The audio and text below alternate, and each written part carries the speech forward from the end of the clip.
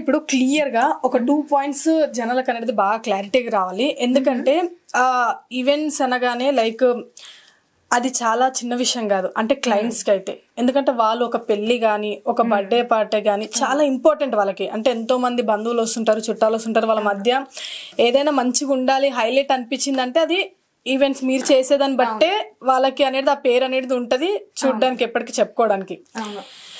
But అలాంటివి చాలా వరకు కొంతమంది మీరు ఇంతకుముందు చెప్పారు ఫ్రాడ్స్ ఉన్నారు అని చెప్పేసి. గ్రూప్స్ విషయానికి వస్తే చాలా మంది వాళ్ళ ఈవెంట్స్ ఆర్గనైజర్స్ మేనేజ్మెంట్స్ అని చెప్పేసి సో మెనీ గ్రూప్స్ కూడా ఉన్నాయి, నేను చూసాను. అసలు అంటే ఏది జెన్యూన్ ఏది అనేది మాకు అంటే లైక్ వచ్చే క్లయింట్స్ కి గానీ మాకు ఇప్పుడు మిమ్మల్ని అప్రోచ్ అవ్వాలి, కొన్ని లైక్ ట్రూత్ ఉన్నాయి, జెన్యూన్ ఉన్నాయి. ఏది జెన్యూన్ ఏది ఫేక్ అని క్లయింట్ తెలుసుకొని వాళ్ళు కాంటాక్ట్ అవ్వాలి, అప్రోచ్ అవ్వాలంటే వాళ్ళకి ఏం చెప్తారు మీరు? నేనైతే ఫస్ట్ ప్రొఫైల్ చూడమంటానండి. ఈవెంట్స్ ఫీల్డ్ కూడా మీరు అంటారు కదా క్యాస్ట్ ఫీలింగ్స్ కూడా ఉంటాయండి ఈవెంట్స్ ఫీల్డ్. లిటిల్ గా ఓహో మనోడు మన క్యాస్ట్ మనోడు ఇది కూడా ఉంది. అసలు చాలా మందికి తెలియదు. నన్నే 2-3 ఉన్నారు మీరు ఇలా అని చెప్పండి అంటే నేనున్నాను అసలు నా క్యాస్టే లేదండి అంటాను. నేను నా క్యాస్టే లేదండి, ఏది లేదు నాకు. అంటే ఇందులో క్యాస్ట్ ఫీలింగ్స్ ఉన్నాయి, ఇవన్నీ గ్రూప్స్ అంటే ఎలా అంటే మీరు ఇందాక అన్నారు కమిట్మెంట్ అని. అందరు అమ్మాయిల ఆర్గనైజేషన్ అంటే అందరూ అన్ను కొంతమంది అడో పలానా అమ్మాయి తనకి ఇచ్చేస్తే ఓకే తన వల్ల ఓకే మాకు ప్లస్ ఉంటుంది. సో అలా కూడా షేర్ వెళ్తున్నాయి. కమిట్మెంట్ అంటారు కదా, అలా కూడా షేర్ వెళ్తున్నాయి.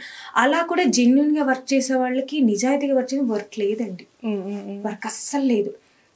నేను ఇప్పుడు నా దగ్గర ఉన్నానండి, నా దగ్గర ఒక అమ్మాయి ప్రెగ్నెంట్ అనమాట.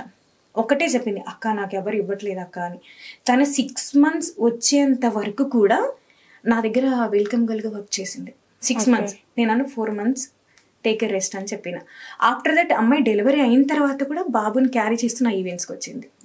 అది నేనంటే నా వాళ్ళు నేను కేర్ చేస్తానండి. నా దగ్గర ఉన్న పిల్లలకి అంటే వాళ్ళకి కష్టము సుఖము అంటారు కదా, అదేంటంటే టేక్ కేర్ చేస్తాను.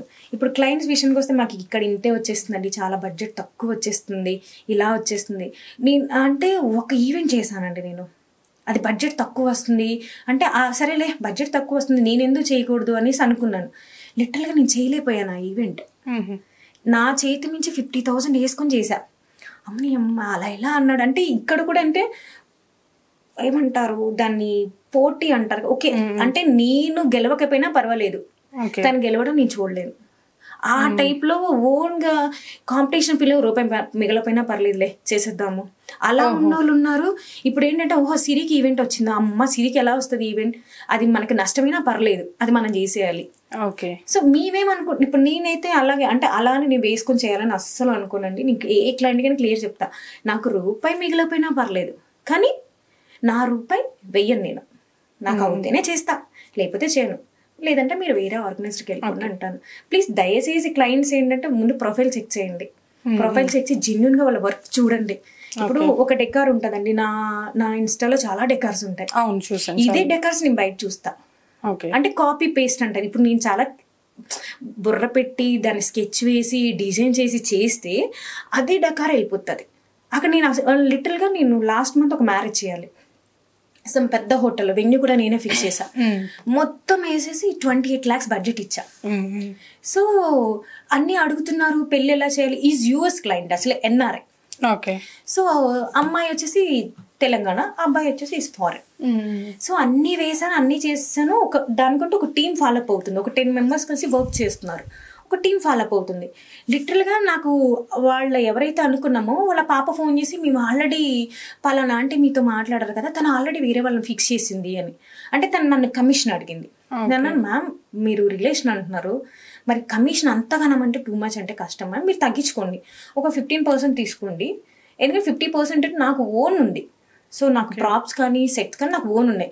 సో మీరు బయటకు వెళ్ళినా కూడా ఒకవేళ వాళ్ళు కంపేర్ చేసుకున్నా కూడా సేమ్ ప్రైస్ ఉంటుంది. ఇంకా నాదే కొంచెం తక్కువ ఉంటుంది, అంటే మేము ఎక్కడ రెంట్కి తీసుకున్నాం ఎక్కడ అని చెప్పి మన ఓన్ కాబట్టి తక్కువ అయిపోతుంది, మా అంటే ట్రాన్స్పోర్ట్ ఉంటుంది. సో తనకి క్లియర్గా చెప్పాను, ఓకే సిరి ఓకే అండి. మొత్తం కంప్లీట్ ప్లానింగ్ మొత్తం నాకు తీసుకొని నేను పెళ్ళికి వెళ్ళి చూస్తే నేను ఏదైతే స్కెచ్ వేసి ఏదైతే డిజైన్ చేశానో సేమ్ యాజ్ ఇట్ ఈజ్ ఉంది. మండపం కానీ హల్దీ సెటప్ కానీ మెహందీ కానీ ఇంక్లూడింగ్ నేను చూస్ చేసిన యాంకర్తో సహా అక్కడ ఉన్నారు. అంటే ప్లానింగ్ నాది. అసలు అర్థం కాలేదు నాకు. సో ఇప్పుడు యాంకర్కి ఎవరికి తెలియదు, సిరి డిజైన్ చేసిందో తెలియదు. నేను ఎవరైతే చూస్ చేసి ఆ ప్రోగ్రామ్కి ఫిక్స్ చేశానో వాళ్ళే అక్కడ ఉన్నారు. నేను దట్స్ నాట్ రైట్ కదండి అంటే ఆ పర్సన్ నాకు చేస్తానన్నాడు. అక్కడికి వెళ్ళి చూస్తే లిటరల్గా నేను న్యాచురల్ ఫ్లవర్స్ పెట్టా, అటు ప్లాస్టిక్ పెట్టేశాడు మొత్తం. ప్లాస్టిక్ పెట్టాడు. నేను ఇచ్చిన 28 lakhs కాకుండా ఆడు ఇంకా 36 lakhs చేశాడు దాన్ని.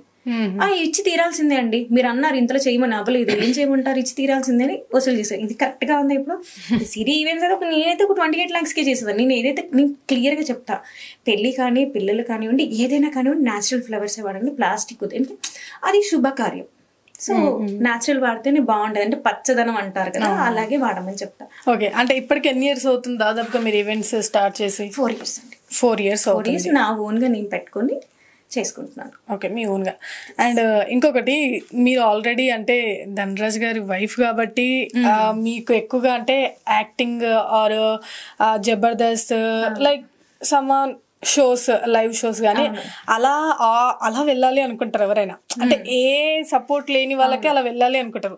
బట్ మీ వెనకాల ఇంత సపోర్ట్ పెట్టుకొని అన్నది మీరు ఎందుకు ఈవెంట్స్ చూస్ చేసుకున్నారు ఫీల్డ్? అంటే నా కాళ్ళ మీద నేను నించోవాలనుకున్నానండి. స్టిల్ మా ధనరాజ్ దాంట్లో నా ఒక్క పోస్ట్ కూడా ఉండదు సిటీ ఈవెంట్స్ గురించి. నేను ఆ రోజు చెప్పా, నేనుగా నిలబడాలనుకుంటున్నాను. సో నా కాళ్ళ మీద నేను నించుంటాను.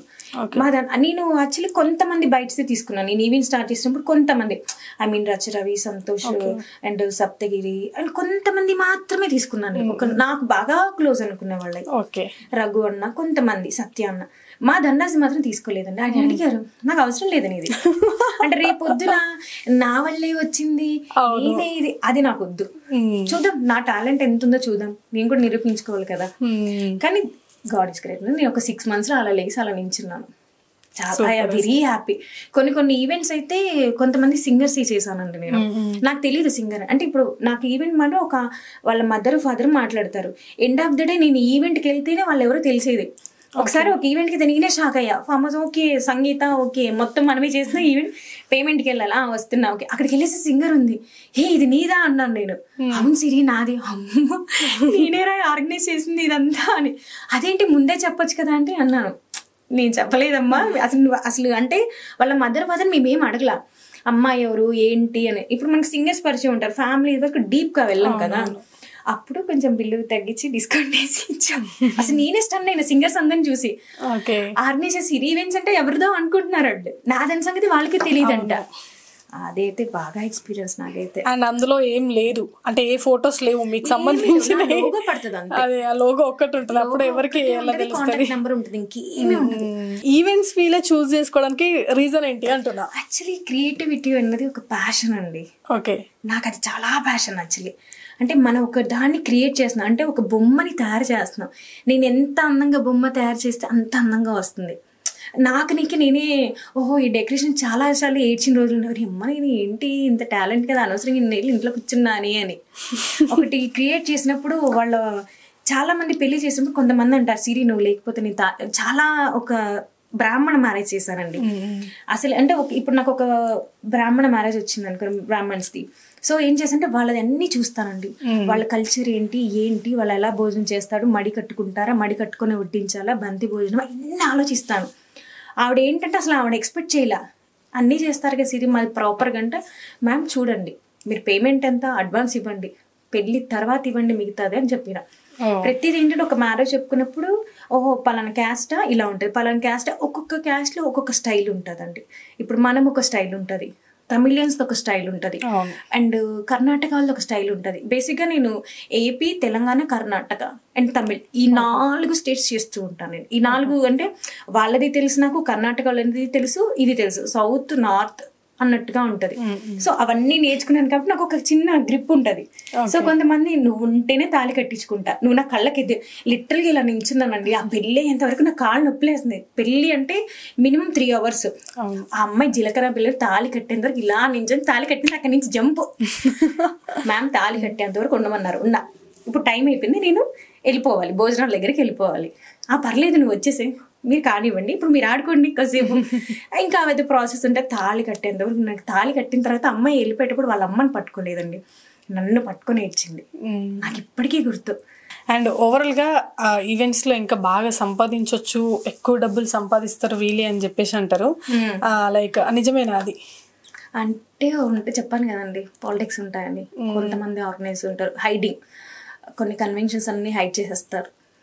కమిషన్, బేసిక్ కమిషన్, కమిట్మెంట్ రెండు ఉంటాయి. ఈ రెండు ఉంటాయి. బేసిక్ ఏంటంటే ఓకే, కమిట్మెంట్ ఇవ్వలేని కమిషన్ ఇవ్వాలి, కమిషన్ ఇవ్వలేదు కమిట్మెంట్ ఇస్తారు అంతే. అలానే అందరూ కాదు, ఎందుకంటే అమ్మాయిలు కనీసం ఉండాలండి. ఒక అమ్మాయి వచ్చి బయటకు వచ్చి వర్క్ చేస్తున్నప్పుడు హెల్ప్ చెయ్యాలి. ఇందిట్లో అది ఉండదు.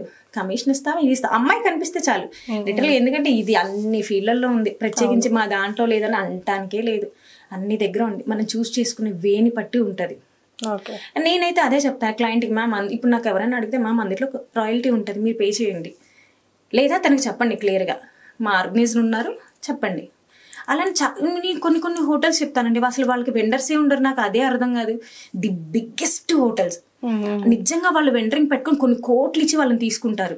కొన్ని హోటల్స్ వాళ్ళు అసలు తీసుకోరండి, ఓన్లీ చిన్న చిత్తక అంటారు చూసారా. ఇప్పుడు మూవీ ఆఫీసులలో చిన్న ఆఫీసులలో మిస్టేక్స్ అవుతుంటాయి, పెద్ద కంపెనీలో లాభ ఇది అంతే. చిన్న బ్యాంకెట్స్, చిన్న కన్వెన్షన్స్, వీటిలోనే తప్పులు జరుగుతుంటాయి.